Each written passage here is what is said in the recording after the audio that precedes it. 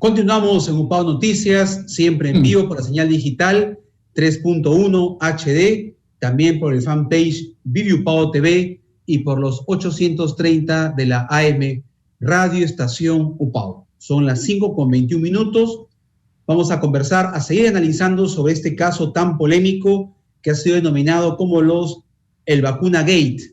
Sabemos pues que el expresidente Vizcarra y un grupo de su entorno inmediato, entre ellas 2 ministras, participaron de una situación de vacunación que no estaba permitida. Al respecto, la subcomisión de acusaciones constitucionales ha aprobado el informe de calificación que declara procedentes las denuncias constitucionales contra el expresidente de la República y las exministras Pilar Macetti y Elizabeth Astete por infracciones a la Constitución y por delitos en el ejercicio de la función. Para analizar este caso, vamos a conversar con el doctor Humberto Enríquez Franco. Él es abogado constitucionalista, docente de la Universidad Privada Antenor Orrego. Doctor Enríquez, bienvenido a UPAO Noticias. Buenas tardes. Muy buenas tardes.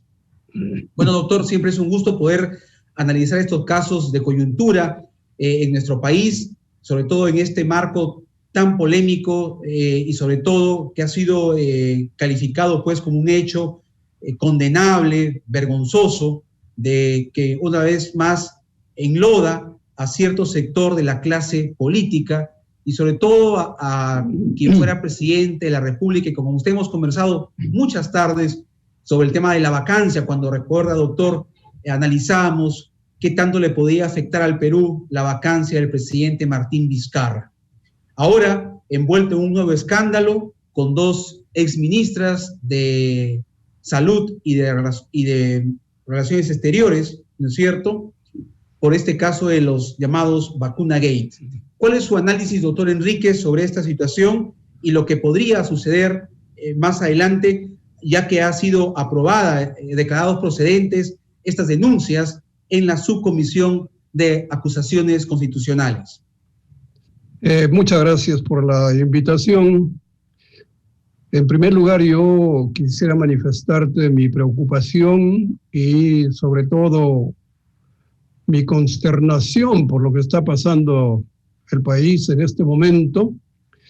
Uno siempre cree que ya no pueden haber cosas peores y nos encontramos con situaciones que son mucho más complicadas. Yo creí que la descomposición moral que se había producido en la época de Fujimori era ya definitivamente lo máximo que nos podía haber pasado. Sin embargo, nos encontramos ahora con un escándalo que es mucho más grave, porque si en la década de los 90 hubo una corrupción, pero sobre todo dineraria, ahora estamos ante una corrupción en la que ya se decide sobre la vida o la muerte, ¿no? Una vacuna que te puede salvar la vida o te puedes morir. Entonces la situación es mucho más complicada. Respecto de que se han aprobado las acusaciones constitucionales, bueno, esa es una atribución que tiene el Parlamento. Yo siempre te he dicho, Alberto, que todo lo que esté dentro del marco constitucional es posible. Lo que debiéramos evitar es salirnos del marco constitucional, porque ahí sí ya no encontramos respuestas, excepto en quien tiene la fuerza. En este caso se han admitido las denuncias constitucionales, se han tipificado algunos delitos, pero también se califica infracciones constitucionales. De manera que esto tendrá que pasar a la comisión permanente para que determinen cuántos días deben investigar y determinar la acusación con la presencia del presidente de la República y del expresidente de la República y su abogado, definitivamente para cumplir con el debido proceso. Luego del cual ya se tomará una decisión.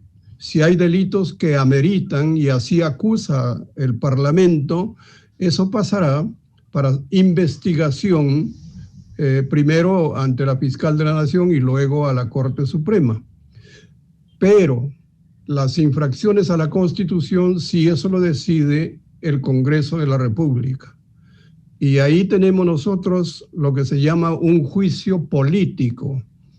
¿Qué significa esto? Que políticamente se determina si es que hay infracción y qué sanción se le puede dar. Por eso se llama juicio político, ¿no es cierto?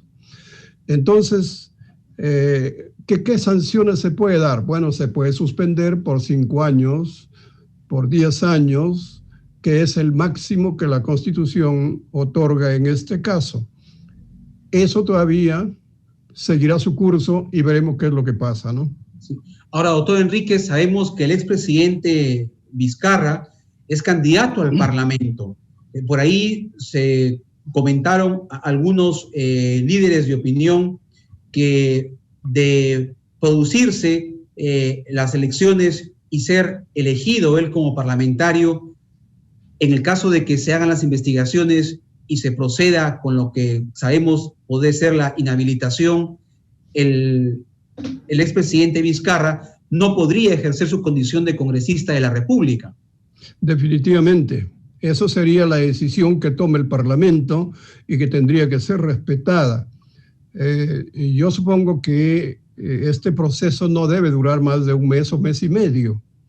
La situación amerita rapidez en este caso porque se trata de una situación demasiado complicada que ha puesto al país en una situación muy difícil, ¿no? Entonces, no sé si tú te puedes imaginar al expresidente siendo elegido y participar en el Parlamento de la República con todos estos escándalos que se han producido, ¿no? Así es, doctor. Ahora, en el contexto ya de las elecciones, que estamos cerca, el próximo domingo 11 de abril, tenemos que acudir a votar todos los ciudadanos. Hay decisiones que sorprenden, al menos según los sondeos de opinión, la percepción que tiene el público es de todavía, pues, los porcentajes son muy bajos respecto a por quién candidato van a elegir, a quién van a darle su voto. Sin embargo, hay personas que aseguran que ya lo que sí están decididas es por quienes no van a votar. ¿Cuál es el análisis que usted, qué interpretación le da, qué lectura le da a este contexto justo en un momento tan crucial cuando estamos próximos a unas elecciones generales, doctor Enríquez? Bueno, mira, el mismo proceso electoral, que es un proceso que se lleva dentro de esta situación de pandemia, ya nos vuelve inusual la situación. De manera que te puedes imaginar tú que tenemos más o menos 18 candidatos o 17 candidatos, pero que aparentemente todavía no tienen una situación estable porque en cualquier momento le pueden abrir una investigación y pueden sacar candidatos. De manera que ya estamos a menos de 2 meses y todavía no tenemos la certeza de quiénes van a ser definitivamente los candidatos. Por ejemplo, se está abriendo una investigación a la candidata de izquierda, a Verónica Mendoza, porque no ha declarado un terreno, porque no ha tramitado debidamente la venta, qué sé yo. Se abre un proceso para López Aliaga, porque supuestamente él estaría presumiendo una dádiva, porque él habría dicho, cuando yo llego a presidente, podría donar mi sueldo a tales o cuales organizaciones. No hay donación, pero sin embargo dicen, no, pero ya esa es una propuesta de donación. Entonces, estamos en una situación muy complicada. No sabemos todavía con certeza cuántos candidatos van a ser, ¿no? Sin embargo, como tú mismo lo has dicho, hay algunas encuestas. ¿Y qué cosa nos demuestra esto? Que la población está totalmente desinteresada, está al margen de lo que pueda suceder en el proceso electoral. Son muy pocos los que estarían, digamos, interesados, y por eso es que la mayor cantidad de votos que recibía el primero o el segundo o el tercero no está más allá del 10-11% de los votos o de la población electoral. Esto vuelve definitivamente una situación igualmente complicada porque no vamos a saber si es que el presidente que se elija va a tener o no mayoría en el Parlamento, o va a ser un Parlamento totalmente fraccionado. Y te imaginas tú, si llega alguien con tendencias un poco autoritarias, seguramente van a tener la tendencia también a cerrar el Parlamento y se van a producir situaciones mucho más complicadas, ¿no? O sea, yo veo el panorama muy complicado en este momento. Así es, doctor. Incluso algunos analistas se han atrevido a decir que también han recogido algunos sondeos del público y algunos prefieren pagar la multa, no acudir a cumplir con su deber cívico, porque obviamente no se sienten representados por los candidatos que están aspirando tanto a la presidencia de la República como al poder legislativo. Pero eso es normal porque nos han metido tanto temor, tanto miedo en esta pandemia, que la gente no va a ir a votar definitivamente, ¿no? Van a ir los que lógicamente tienen seguramente algunas alternativas o algunas perspectivas en este caso, pero yo creo que la multa ni se va a poder cobrar porque estamos en una situación de pandemia y la gente, tú no la puedes obligar a que salga definitivamente a buscarse un contagio. Entonces todo esto vuelve el proceso electoral muy complicado. Ahora, doctor Enríquez, también es cierto, si hacemos un análisis mucho más acucioso de toda esta crisis ética que se vive en la llamada clase política, tenemos que reflexionar acerca del comportamiento, como ya una vez lo hemos conversado con usted, doctor, de la gran responsabilidad que deben asumir los partidos políticos. Son ellos los llamados justamente a estos momentos a hacer una reflexión, porque ellos son los llamados a reorganizar sus estructuras, sus bases, y sabemos de que los partidos políticos en los últimos años no han cumplido con esta responsabilidad que deberían haber hecho hace buen tiempo. Sí, claro. Imagínate tú, el partido más histórico en el país, el APRA, no tiene candidatos. Podríamos decir que estamos en la misma situación con el PPC, que todos los candidatos a Lima también los han sacado de carrera. Entonces, los partidos políticos en realidad son solamente membrete, no existen como partidos políticos. Y tú puedes ver cómo los candidatos que de alguna manera lideran estas elecciones han buscado por ahí un partido político que se presta como un vientre de alquiler y ahí están postulando. Entonces, ¿qué podemos esperar de esto? Y yo veo bien difícil la situación, ¿no?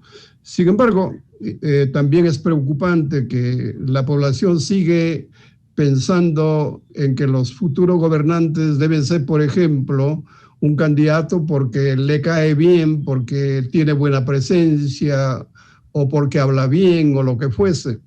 Y hoy necesitamos que la población tome con seriedad la situación, porque lo que se nos viene no solamente es vencer esta pandemia, sino superar también una crisis económica muy profunda que ha dejado a muchos trabajadores en la calle y hay definitivamente un crecimiento de 5 o 6% de la pobreza en el país.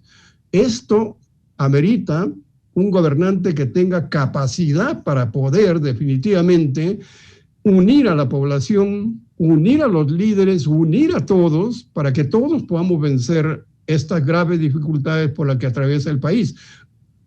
Entiéndase, no se trata de dividir, sino se trata de unir. Y esa vocación de poder concertar, lamentablemente no la tienen todos los candidatos que veo en el escenario, ¿no? Muy bien, doctor, se torna pues un panorama bastante sombrío respecto a esta situación que vive el país, como usted lo acaba de mencionar. Estamos cerca de las elecciones y todavía hay mucha incertidumbre, hay mucha inseguridad respecto a la población votante sobre a quién le van a emitir su voto en las próximas elecciones del 11 de abril. Doctor Enríquez, muchas gracias. ¿Algunas reflexiones finales, doctor, para culminar ya la entrevista? Sí, claro. Yo simplemente digo, la situación es difícil, pero tampoco nos tiene que asustar demasiado. A veces, de una situación complicada pueden salir cosas buenas. El asunto es que escojamos bien qué candidato tiene un plan de gobierno que nos dé la posibilidad de confiar de que puede sacarnos de la situación en la que nos encontramos. Yo he visto en la lista de candidatos algunos que sí podrían realmente darnos una esperanza para el país. El asunto es que lo podamos realmente escoger y que podamos comparar los planes de gobierno y decidir por quién vamos a votar. En política, Alberto, se habla mucho de la corrupción y hoy estamos viendo que la existe, pero cuando le preguntan a los candidatos cómo podemos hacer para combatir la corrupción, dicen no, que hay que cambiar la Constitución, que hay que crear nuevos organismos, fortalecer la Contraloría. Todo eso es más Estado. Yo la única forma que veo de cómo se puede combatir la corrupción es reduciendo el Estado para que no haya tanta posibilidad de corrupción. Entonces, yo simplemente le diría a la población desde este canal que hoy es un momento de gran responsabilidad y que tenemos que pensar cómo con nuestro voto podríamos cambiar el destino del país. Y te agradezco mucho, Alberto, por la invitación en esta tarde. A usted, doctor Enríquez, muchas gracias. Estuvimos con el doctor Humberto Enríquez Franco, docente de la Facultad de Derecho y Ciencias Políticas de UPAO, analizando esta situación de la crisis ética que vive el país, la clase política, caso específico de las vacunas del presidente Vizcarra y su entorno inmediato. Gracias, doctor Enríquez. Muchas gracias a ti. Muy amable. Muchas gracias. Vamos a ir a una pausa y continuamos con más información en UPAO Noticias.